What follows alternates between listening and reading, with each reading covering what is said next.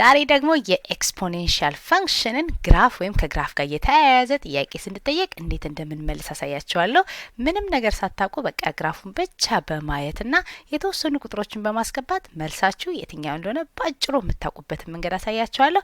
ከዛ ደግሞ በተረፈ ምናልባት ደግሞ እናንተ ብዙ ነገር ልትጠየቁ ስለምትችሉ ሁሉንም በዚሁ አጋጣሚ አጥንታችሁን ለመግባት እንድትችሉ መጽሐፋችሁ ላይ ያለውን የ10ኛ ክፍል ዩኒት 3 ላይ በቃ ማወቅ ያለባችሁ ካራክተሪስቲክስ ተብሎ የተቀመጡ የኤክስፖኔንሻል ፈንክሽን ይሄ ብቻ ነው ማለት ነው። እዚህ ጋር የተቀመጡት ሊስቶች ሁለቱም አንድ አይነት ናቸው። ልዩነታቸው አንድ ቦታ ላይ ብቻ ነው።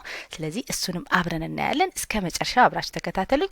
እንደዚህ አይነት ጥያቄ ሲሰጠን ቪዥዋላይዝ እያደረግን እንጂ ሸምድደን ኤክስ ኤ ግሬተር ዛን ኤ ሌስ ዛን ተብሎ በጭራሽ የማይታወስ ስለሆነ ኮንሴፕቱን ብቻ አንደርስታንድ አድርጋችሁ ምንም ነገር ሳትሸመድዱ የምትገቡበትን ነው የምናየው። አሁን የተጠየቅነው ጥያቄ ብናይ ኮንሲደር ተብሎ the graph of exponential function ተብሎ ይሄኛው ግራፍ ተሰጥቶናል። ከዛ which one of the following functions represent the graph ተብለናል። ይሄንን ግራፍ ሪፕሬዘንት የሚያደርገው የትኛው ነው ስንባል ቶሎ ብለን ኢንተርሴፕቶቻችንን ኤክስ ኢንተርሴፕት እና ዋይ ኢንተርሴፕት እዚህ ጋር ኤክሱን ክሮስ የሚያደርግበትና ዋይ ክሮስ የሚያደርግበትን ፖይንት ብቻ ትይዙና ምን ታደርጋላችሁ? እዚህ ጋር ይሄ ለምሳሌ ይሄ ፖይንት ማለት እኮ ኤክሳችን 1 ዋያችን 0 እንደማለት ነው። እዚህ ጋር ደግሞ የሚያሳየን ቁጥር ደግሞ ኤክሳችን 0 ዋያችን ኔጌቲቭ 1 ማለት ነው አይደለ? ኤክሳችን 0 ሲሆን ዋያችን ኔጌቲቭ 1 ነው የሚለው ፖይንት ይሄ ይሆናል። ኤክሳችን 1 ሲሆን ዋይ 0 ነው የሚለው ደግሞ ይሄ ይሆናል ማለት ነው። ከዛ ይሄንን ፖይንት ሳትስፋይ የሚያደርጉት ከዚህ ውስጥ አንዳቸው ነው የሚሆኑት። ኤክሳቸው ላይ 0 ስተኩ ኔጌቲቭ 1 መምጣት አለበት ማለት ነው። ከዛ ምርጫችን ላይ ስናይ እንደዚህ ኤክስ ማይነስ ያለበትን ከመስራታችን በፊት ቀለል ያሉትን እነዚህን አንድ ኤክስ ብቻ ያለባቸውን ለመስራት ታደርጋላችሁ። ምርጫችሁን ለማቃለል ለምሳሌ እኔ ብጀምር ከዚህ ነበር የምጀምረው ቱ ዘ ፓወር ኦፍ ኤክስ ላይ 1 ስተካና 2 ስቀንስ 0 ይመጣል ብዬ ይሄንን ፖይንት ቼክ አደርጋለሁ ማለት ነው። እንደምታዩት 2 ሲቀነስ 2 0 መጣ። ስለዚህ ይሄኛው ሊሆን ይችላል ብዬ ይዘዋለሁ። እዚህኛው ላይ ደግሞ መጥቼ 1 2ኛ የሚለው ላይ ደግሞ ኤክሱ ላይ 1 ብተካ 1 2ኛችን ላይ ፓወሩ ላይ ኤክስ ላይ 1 ብተካና 2 ብቀንስ 0 ይመጣል ስትሉ ይሄን ካልኩሌት ማድረግ አይጠበቅብንም። በቃ ቁጥር ላይ ቁጥር ቀንሰን 0 አይሆንም አይደል? አንድ አይነት ቁጥሮች ካልተቀናነሱ በስተቀር 0 ስለማይመጣ ወዲያው ነው ይሄኛው አይሆንም እንላለን። አሁን አጋጣሚ መጀመሪያ ላይ ሲምፒክ አድርጌ መልሱ ሆነ እንጂ ምናልባት አንዳንዶቻችሁ ከኤ ልትነሱ ስለምትችሉ ከዚህ ብንነሳ ደግሞ ትላላችሁ። ቱ አድርገን ኤክሳችን ላይ 1 እንተካለን። ከዛ በኋላ ሲቀነስ 2 ስናደርግ ይሄ 0 ይመጣል ስትሉ ቁጥር ነው የሚሆነው አይደለ? 0 አይሆንም። ቱ ዘ ፓወር ኦፍ ኔጌቲቭ 1 ነው። ያ ደግሞ ሀፍ ነው እንጂ 0 አይደለም። ስለዚህ ወዲያው ነው ይሄም መልስ አይሆንም ብለን ይሄንም ካንስል እናደርገዋለን። ከዛ ደግሞ ቢንም ቼክ እናደርግ ካላችሁ 1/2 አድርጋችሁ ኤክሳችሁ ላይ 1 ተክታችሁ 2 ስትቀንሱ 0 ይመጣል ስትሉ 0 አይመጣም ማለት ቁጥር ከሆነ በቃ አንድ የሆነ ቁጥር ከሆነ 0 አይደለም ማለት ነው። ስለዚህ እንደዚህ አድርገን ወዲያውኑ አንደኛውን ወይ ይሄንን ሁለቱንም ሙሉ መተካት ላይ ይጠበቅብን ይችላል። ቀለል ያለውን መርጠን ቼክ በማድረግ መልሳችንን ወዲያው ማወቅ እንችላለን። አጋጣሚም ደግሞ ይሄንን ፖይንት ተጠቅማችሁ ቢሆን 0 ኔጌቲቭ 1ን ተጠቅማችሁ ቢሆን ዞሮ እዚህ ኤክሳችሁ ላይ 0 ትከታላችሁ። ከዛ ኔጌቲቭ 1 ይመጣሉ ይብላችሁ ቼክ ማድረግ ነው ማለት ነው። ለምሳሌ ኤ ላይ ላስገባ ካላችሁ ቱ ታደርጉላ ኤክሳችሁ ላይ 0 አድርጋችሁ ሲቀነስ 2 ስታደርጉ ቱ ዘ ፓወር ኦፍ ኔጌቲቭ 2 ነው እንጂ ኔጌቲቭ 1 አይመጣም አይደለ? ስለዚህ ቁጥራችን ኔጌቲቭ 1 ስለማይመጣ ኤን ካንስል እናደርገዋለን። ቢ ላይ ብትከቱ ደግሞ ኤክሳችሁ ላይ 0 ስተኩ ይሄኛው ሃፍ ዘ ፓወር ኦፍ ኔጌቲቭ 2 ይሆናል። ስቲል ኔጌቲቭ 1 አይደለም። ስለዚህ ይሄም አይሆንም ትላላችሁ። ልክ እዚህ ጋር ስምጡ ኤክሳችሁ ላይ 0 ብትተኩ ቱ ዘ ፓወር ኦፍ 0 ማለት 1 ማለት ነው አይደለ? ቱ ዘ ፓወር ኦፍ 0 ማለት 1 ነው። 1 ላይ 2 ስንቀንስ ኔጌቲቭ 1 ይመጣል። ስለዚህ መልሳችን ወዲያውኑ ሲ መሆኑን በዛም ማወቅ እንችላለን። አሁን መጽሐፋችን ላይ ያለውን የኤክስፖኔንሻል ፈንክሽንስ ካራክተሪስቲክስ ስታዩ ልክ ኤክስፖኔንሻል ስትባሉ በሁለት ነው የምትከፍሉት። አንዴ ቤዛችሁ ዝም ብሎ ከአንድ በላይ የሆነ ቁጥር ልክ እንደ ቅድሙ ቱ ዘ ፓወር ኦፍ ኤክስ 3 ዘ ፓወር ኦፍ ኤክስ አይነት ሲሆን ማለት ነው። ሌላኛው ደግሞ ፍራክሽን ሲሆን እንደዚህ 1/2 1/3 እያለ ሲሄድ ብላችሁ ለሁለት ነው የምትከፍሉት እንጂ ቁጥሩ ምን አይነት ቁጥር ነው የሚለው ማተር አያደርግም። ፍራክሽን ነው ወይስ ከአንድ በላይ የሆነ ቁጥር ነው ብለን ነው የምንይዘው። ስለዚህ እዚህ ጋር የተቀመጠልን ኤያችን 2 3 4 እያለ ፍራክሽን ያልሆነ ቁጥር ከሆነ ግራፋችን ሁልጊዜ የሚሆነው እንደዚህ አይነት ነው ማለት ነው። የሆነ 2 ዘ ፓወር ኦፍ ኤክስ ሆነ 3 ዘ ፓወር ኦፍ ኤክስ ሆነ 4 ዘ ፓወር ኦፍ ኤክስ ሆነ ሁላቸውም በዚህ ፖይንት ነው የሚያልፉት። እየተጠጉ የሚሄዱት ደግሞ ኤክስ አክሲስ ነው። ይሄ ኤክስ አክሲስ አሴምቶታችን ነው። እየተጠጋ ነው እንሄዳለን። ራሱን ግን አይነካም። ያ ማለት ይሄ ነገር ዜሮ መቼውም አይሆንም ማለት ነው። ያ ደግሞ ስሙ አሴምቶት ነው የሚባለው። ስለዚህ ቁጥራችን እንደዚህ እየቀነስን እዚህ ጋር ኔጌቲቭ በጣም እየቀጠልን ብንሄድ በጣም እየተጠጋን የምንሄደው ኤክስ አክሲስ ነው እንጂ ኤክስ አክሲስን ክሮስ አድርገ ነው ወደ ታች አንወርድም። አሁን የቅድሙን ግራፍ ካያችሁት የተጠየቅነው ፈተና ላይ ካያችሁት ቱ ዘ ፓወር ኦፍ ኤክስ ነበረ። ነገር ግን ወደ ታች ሺፍት ነው ያደረገው። ልክ እዚህ ጋር ነበር ክሮስ የሚያደርገው። ቱ ዘ ፓወር ኦፍ ኤክስ የሚባለው ግራፍ ቢሆን ኖሮ እንደዚህ ነበር የሚሆነው፣ እንደዚህ ነበር የሚሄደው። አሁን በስንት ሺፍት አደረገ? አንድ ላይ የሚነካው ፋንታ ወደ ታች አንድ ወረደ፣ ወደ ታች ሁለት ወረደ። ስለዚህ ማይነስ ቱ ሆነ ማለት ነው። ከምናቀው ከቱ ዘ ፓወር ኦፍ ኤክስ ወደ ታች በሁለት ሺፍት ሲያደርግ ማይነስ ቱ ይሆናል። ወደ ላይ ደግሞ በሁለት ሺፍት ቢያደርግ ፕላስቱ ይጨመርበታል እንጂ ምንም ለውጥ የለውም። ስለዚህ እኛ የምንይዘው እነዚህ ሲደመር ሲቀነስ ያለበትን ሳይሆን ዝም ብለን ኦሪጂናሊ ኤክስፖኔንሻል ፈንክሽንን ስንይዝ ይሄኛው ነው ማለት ነው። ምንም ሺፍት ያላደረገው ሁላቸውም የሚሆኑት በዚሮ አንድ ነው የሚያልፉት በዚህ ፖይንት ማለት። ስለዚህ ሁላቸውም ይሄንን ፖይንት ክሮስ ያደርጋሉ የሚለውን ትይዛላችሁ። ሌላኛው ደግሞ ፍራክሽን ሲሆን ማለት ነው። ፍራክሽን ከሆነ ደግሞ 1/2 1/3 1/4 እያለ በዜሮና በአንድ መካከል የሆነ ከሆነ ፍራክሽን ከሆነ ደግሞ ግራፋችን የዚህ ተገላቢጦሽ እንደዚህ ነው የሚሆነው። እየቀነሰ ኤክስፖኔንሻል ዲኬ የምንለው ነው። ትልቅ ቁጥር ነበረ እየቀነሰ ኦልሞስት ወደ ዜሮ ይጠጋል ማለት ነው። ዜሮ ግን መቼውም አይሆንም። ስለዚህ ይሄም ዜሮ አይሆንም፣ ይሄም ዜሮ አይሆንም። ይሄኛው እየጨመረ ነው የሚሄደው፣ ይሄኛው እየቀነሰ ነው የሚሄደው። ከዛ ውጪ ምንም አይነት ለውጥ የላቸውም። አሁን እዚህ ጋር ፕሮፐርቲያችሁን ብታያቸው ከኤ እስከ ኢ ያለው ሁለቱም እኩል ናቸው። ልዩነታቸው ዲ ላይ ብቻ ነው። ይሄኛው ኢንክሪዚንግ ነው እየጨመረ ነው የሚሄደው፣ ይሄኛው ደግሞ ዲክሪዚንግ ነው እየቀነሰ ነው የሚሄደው። ከዛ ውጪ ምንም ለውጥ የላቸውም። ስለዚህ አሁን ፈተና ላይ ዶሜን ተብለን ብንጠየቅ እዚህ ጋር አንደኛ የተቀመጠልን ፕሮፐርቲ ዶሜናችን ኦል ሪል ነምበር ነው የሚለን ኤክሳችን ማለት ነው። ዶሜን ማለት የፈለኩትን ኤክስ በወስድ የሆነ የማገኘው ዋይ አለ፣ እዚህም ጋር የሆነ ኤክስ በወስድ የማገኘው ዋይ አለ። ስለዚህ ከርቬን የትኛውም ኤክስ ላይ ብሄድ መንካት የምችልበት ፖይንት ስላለ ዶሜናችን ኤክሳችን እንደምታዩት የፈለገው መሆን ስለሚችል ለሁለቱም ኦል ሪል ነምበር። ሬንጅ ደግሞ የምንለው የዋይ ዋጋ ስለሆነ ዋያችንን ካያችሁት ወርደን ወደ ታች እንደዚህ ክሮስ አናደርግም አይደለ? ስለዚህ ዋያችን ሁልጊዜ ከዚህ ከዜሮ በላይ ነው ማለት ነው። ፖዚቲቭ ነው ብለን ከዜሮ በላይ ነው ለማለት ነው። ዜሮን ሳይጨምር ከዜሮ በላይ ነው የሚሆነው። አሁን መሳሳት የሌለብን የቅድሙ ጥያቄ ላይ እዚህ ጋር ሺፍት አድርገውታል። እዚህ ጋር በኔጌቲቭ ቱ ሺፍት አድርገው ወደ ታች ጉትት ስለተደረገ ምን ውስጥ ገባ? ኔጌቲቭ ውስጥ ገባ።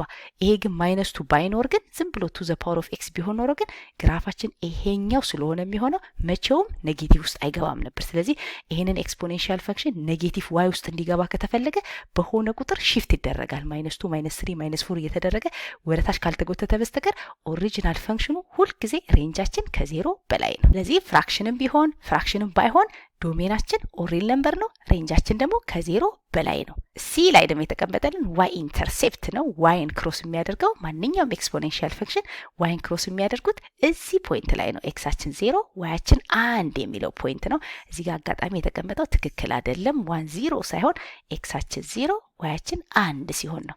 ሁልጊዜ እዚህ ጋር 0 ብትተኩ የትኛውም ኤክስፖኔንሻል ፈንክሽን ፓወሩ ላይ 0 ብትተኩ መልሱ 1 ነው። 2 ዘ ፓወር ኦፍ 0 1 ነው።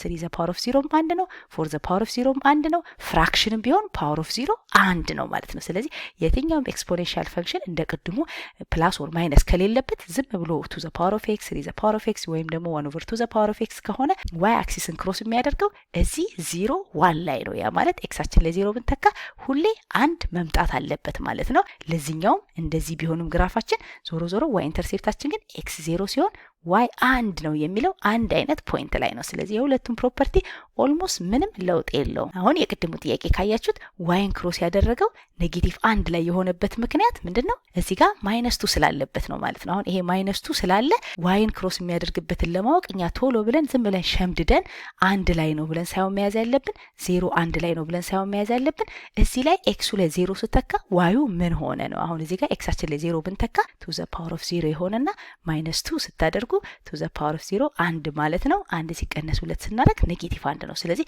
ዋይ ኢንተርሴፕታችን ኔጌቲቭ 1 ነው እንላለን ማለት ነው። ዋይን ክሮስ የሚያደርገው ኔጌቲቭ 1 ላይ ነው እንላለን። ያ የሆነበት ምክንያት ግን ይሄ ማይነስ 2 ፕላስ 2 ምናምን ሲጨመር ነው እንጂ ኦሪጂናል ዝም ብሎ ቱ ዘ ፓወር ኦፍ ኤክስ ብቻ ቢሆን ኖሮ ልክ እዚህ ጋር እንዳለው ቱ ዘ ፓወር ኦፍ ኤክስ 3 ዘ ፓወር ኦፍ ኤክስ ቢሆን ኖሮ ግን ሁል ጊዜ ክሮስ የሚያደርገው እዚህ 0 1 ላይ ነው። ከዛ ደግሞ ካያችሁ ካያችሁት ኤክሳችንን እየጨመረን ስንሄድ የዋይ ቫልዩአችን እየጨመረ ነው የሚሄደው አይደለ? ስለዚህ እንደዚህ ቱ ዘ ፓወር ኦፍ ኤክስ ሪ ዘ ፓወር ኦፍ ኤክስ የተባሉ ማንኛውም ኤክስፖኔንሻል ፈንክሽን ኢንክሪዚንግ ነው የምንለው። ከዚህ የፈለግነውን ኤክስ ብንወስድ በኔጌቲቭ ኢንፊኒቲ እና ፖዚቲቭ ኢንፊኒቲ መካከል ቁጥራችንን እንደዚህ እየጨመረን ብንሄድ ዋያችንም አብሮ እየጨመረው ነው የሚሄደው። ስለዚህ እንደዚህ አይነቶችን ኢንክሪዚንግ ነው የምንላቸው። ኤክሳችንን ስንጨምር ዋያችንም ይጨምራል እንደማለት ነው። እዚህኛው ላይ ስንመጣ ግን ዲክሪዚንግ ነው የሚሆነው። ምክንያቱም እዚህ ጋር ካያችሁት ኤክሶቻችንን እየጨመርን ወደዚህ ስንሄድ ቁጥራችን ቅድም ትልቅ ነበረ፣ ዋያችን ትልቅ ነበር።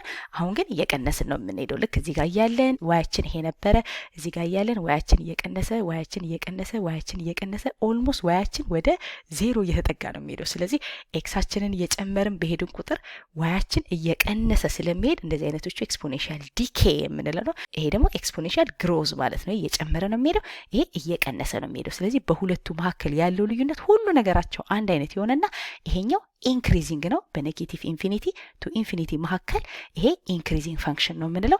ይሄ ደግሞ ዲክሪዚንግ ፈንክሽን ነው የምንለው። ይህ ላይ ደግሞ የተቀመጠልን ሆሪዞንታል አሲምቶታችን ኤክስ አክሲስ ነው። ለዚህኛውም ሆሪዞንታል አሲምቶታችን ኤክስ አክሲስ ነው። ኤክስ አክሲስን ስንጠራው ደግሞ ዋዩ ዜሮ የሆነበት መስመር ነው የምንለው አይደለ? ይሄ ኤክስ አክሲስ በኢኩዌሽን ደረጃ ሲቀመጥ ዋይ ኢዝ ኢኳል ቱ ዜሮ ነው የምንለው። ስለዚህ ዋይ ኢዝ ኢኳል ቱ ዜሮ ወይንም ኤክስ አክሲስ ለሁለቱም አሲምቶታችን ነው። ያ ማለት ነው ወደ ኔጌቲቭ ኢንፊኒቲ ስንሄድ ለዚህኛው ይሄ ኤክስ አክሲስን እየተጠጋ ይሄዳል፣ ግን ኤክስን ክሮስ አድርጎ ግን አይወርድም እንደማለት ነው። ያንን ነው አሲምፕቶት የምንለው። ለእነዚህኛዎቹ ደግሞ ፍራክሽን ከሆነ ደግሞ ይሄ ቤዛችን ፍራክሽን ከሆነ ደግሞ በቀኝ በኩል እየቀነሰ ሄዶ እንደዚህ ያለ የሚጠጋው በፖዚቲቭ ኤክስ አክሲስ በኩል ነው። ስለዚህ እዚህ ጋር ማለት እንችላለን ከኔጌቲቭ ኢንፊኒቲ እስከ ዜሮ እዚህ ድረስ ባለው እስከ ዜሮ ባለው ድረስ ይሄ አሲምፕቶታችን ይሄ ነው ማለት እንችላለን። እዚህ ጋር ግን እየጨመረ ነው የሚሄደው፣ ምንም ወደዚህ የሚጠጋበት ነገር የለም። ስለዚህ ለዚህኛው በግራ በኩል ነው። ለዚህኛው ደግሞ ፍራክሽን ከሆነ ደግሞ ቤዛችን ፍራክሽን ከሆነ ደግሞ ከዜሮ እስከ ኢንፊኒቲ ወደ ፖዚቲቭ ስንሄድ ደግሞ አሲምፕቶታችን ኤክስ አክሲስ ነው ማለት ነው። ስለዚህ ለፈተና ስናጠና እየሸመደድን ሳይሆን በቃ ማንኛውም የሆነ ቱ ዘ ፓወር ኦፍ ኤክስ ሪ ዘ ፓወር ኦፍ ኤክስ ወይም 5 ዘ ፓወር ኦፍ ኤክስ ከተባልን ከአንድ በላይ እስከሆነ ድረስ ግሬተር ዛን 1 እስከሆነ ድረስ ይሄ ቁጥር ግራፋችን የሚሆነው እንደዚህ ነው ብለን ነው መያዝ ያለብን። በቃ ሼፑ እንደዚህ ነው። ክሮስ የሚያደርገው ደግሞ እዚህ ጋር ኤክሳችን 0 ዋይ 1 ላይ ነው ብለን ለሁላቸውም ይሄ ነው የሚሆነው። ሺፍት ሲደረጉ ወደ ላይ ወይም ወደ ታች ሲደረጉ ደግሞ እንዳንሳሳት እንደቀድሞ እየተካን ኤክሳችን ላይ 0 ስንተካ ዋይ ምን ይሆናል ብለን የቱ ጋር ክሮስ እንደሚያደርግ በዚህ ካልኩሌት ማድረግ እንችላለን። ስለዚህ ሳንሸመድድ ሁልጊዜ ዋይን አንድ ላይ ነው ክሮስ የሚያደርገው ስንል ዝም ብሎ ፕላስ ኦር ማይነስ የሌለበት ከሆነ ነው እንጂ ፕላስ ማይነስ ካለ ግን እኛ ራሳችን ኤክሳችን ላይ 0 ተክተን ዋዩ ስንት ነው የሚሆነው ብለን የትኛው ጋር ክሮስ እንደሚያደርግ ማወቅ እንችላለን። ሌላኛው ደግሞ ፍራክሽን ሲሆን ብለን ነው የምንይዘው። ይሄኛው ደግሞ የሁለት ፋንታ አንድ ሁለተኛ፣ የሶስት ፋንታ አንድ ሶስተኛ ወይም አንድ አምስተኛ፣ አንድ አስረኛ ተደርጎ እንደዚህ ፓወር ኦፍ ኤክስ ቢደረግልን ወዲያውኑ የምናየው ፍራክሽን ነው ማለት ነው። ቁጥሩ ስንት ነው ሳይሆን ፍራክሽን መሆኑ ነው። ይሄ ደግሞ ፍራክሽን አይደለም፣ ከአንድ ቁጥር በላይ ነው ማለት ነው። ፍራክሽን ስላችሁ 1.5 ሆነ 1.6 ችግር የለውም። ዋና የምናየው ያ ኤ የተባለው ነገር ከአንድ መብለጡ ነው። ከአንድ ይበልጣል ወይስ ከአንድ አይበልጥም ብለን ነው የምንይዘው። ይሄ ከአንድ በላይ ነው፣ ይሄ ደግሞ ከአንድ በታች ነው። በዜሮና በአንድ መካከል ከሆነ ሁልጊዜ ይሄ ፓወራችን የሚሆነው ሼፑ እንዴት ነው ብለን ነው የምንይዘው። እንደዚህ ነው ማለት ነው። እንደዚህ እየቀነሰ የሚሄድ ዲክሪዚንግ ነው። እዚህ ጋር ክሮስ የሚያደርግበት ፖይንት ግን አንድ አይነት ኤክስ 0 ዋይ 1 ነው። ያኔ ሼፑን ከያዝ ነው በቃ ይሄ እንደዚህ ነው፣ ይሄኛው እንደዚህ ነው ብለን ከያዝን ይሄ ዲክሪዚንግ እንደሆነ ይታያቸዋል። እየቀነሰ የሚሄድ ነው። ይሄ ደግሞ እየጨመረ የሚሄድ ኢንክሪዚንግ ነው። በተረፈ ሁሉም ፕሮፐርቲያቸው አንድ አይነት ነው። ለዚህኛውም ዶሜናቸው ኦር ሪል ነምበር ነው። ሬንጃችን ደግሞ ሁልጊዜ ፖዚቲቭ ነው። ሬንጃችን ኔጌቲቭ ውስጥ አይገባም። ኔጌቲቭ ውስጥ የሚገባው እንደ ቅድሙ ሺፍት ከተደረገ ፕላስ ማይነስ ተደርጎ አዲሽናል ቁጥር ከተጨመረበት እኛ ኔጌቲቭ ውስጥ ይገባል አይገባም የሚለውን ለማወቅ ቶሎ ብለን ኤክሳችን ላይ 0 ተክተን ምን ያህል ነው የሚሆነው ዋያችን ብለን በዛ ዋይ ኢንተርሴፕታችንን ማወቅ እንችላለን።